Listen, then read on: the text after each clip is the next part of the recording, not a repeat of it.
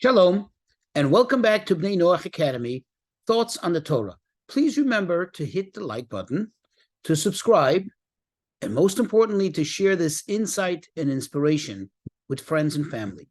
So you look at the book of Exodus, chapter 3, verse 2. This is the very first recorded revelation that Moses has. If you think about it, this is so important, so pivotal, because this begins the process of who we are, what we're doing. Remember, we follow the Torah. Well, this is the first stages, first steps, almost the baby steps of that massive journey, that history-altering journey to Mount Sinai. It begins right here. So this revelation is not only important, not only crucial, but it's fundamental in our lives, in the history of the world, in the life of the world. What is it about what happened? What happened? God reveals himself to Moses. How? By appearing as a burning fire in this very lowly bush. Why? What is the symbolism here? What message was he conveying? Well, the sages in the Talmud tell us that why did God choose this lowly bush? To tell us that this is the message that he was sending us, that even when we're in the lowest state, even when we are in the most dire of situations, we are totally crushed like this lowly bush, down to the ground, still Hashem, that is God, is there with us. That fire is there. That source of energy is there.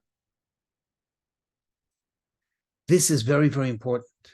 How many times in our lives do we go through difficult situations and we need to remind ourselves or be reminded, God is there with you. We may not have an idea, an explanation as to why it's happening. It may be so painful that we don't even want to know why it's happening. No explanation can take the pain away. But we do need to remember that it's not happening by itself. And that even when it's happening, or maybe especially when it's happening to us, Hashem, God, is there with us. So that's one fantastic lesson that this teaches us.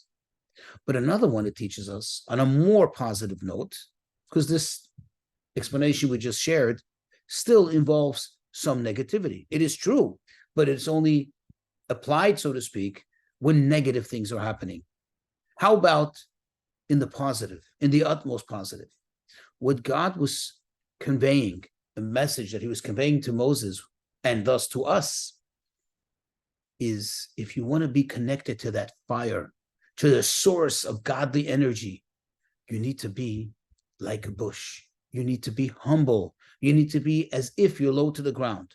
Don't be, God forbid, literally, have a low self-esteem.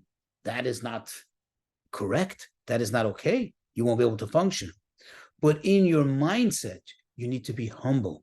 You need to be aware of your qualities. You need to be aware of your capability, your abilities. You need to be aware of your potential. But at the same time, if you want to have that fire, that godly energy, be like a small, humble bush. Then God will be there with you. God will be there with you all the time. This ultimate fire that doesn't stop burning and doesn't negatively affect anything. Notice the bush was not burning. It didn't get consumed.